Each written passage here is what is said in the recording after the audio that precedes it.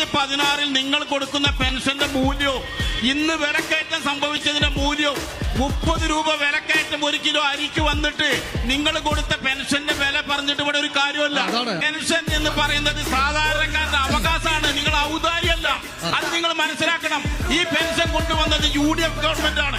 ഈ തുടക്കം മുതൽ അത് കൊണ്ടുവന്നത് ഇവിടെ വർദ്ധിപ്പിച്ചിരുന്ന ഒരു ചോദ്യം കൂടി. ഇപ്പൊ ഭായിമാരായിട്ട് നിങ്ങൾ നിൽക്കുന്നുണ്ടല്ലോ.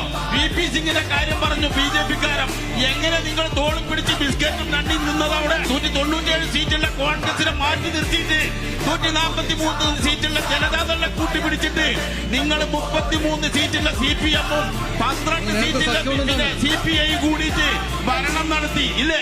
ഈ രാജ്യത്തെ ആ വർഗീയത ഇപ്പോഴും കാണുന്നത് നിങ്ങളാണ്. വർഗീയത്തിന്റെ തുടക്കം കുറിച്ചത് ഈ പഞ്ചായത്തിൽ ഒരു മെമ്പർ ഇസ്ലാമിന്റെ മെമ്പർ നിങ്ങളാണ്. അറിയില്ലെങ്കിൽ നിങ്ങളെ ജമാഅത്തെ ഇസ്ലാമിക്ക് മതതീവ്രവാദം ഇല്ലാന്ന് ചേട്ടൻ പറയോ? ജമാഅത്തെ ഇസ്ലാമിക്ക് തീവ്രവാദം ജമാഅത്തെ ഇസ്ലാമോ ഇവരെ രണ്ടാം മണ്ണ് കെട്ടിയോന്റെ സ്ഥിതിയാണ്.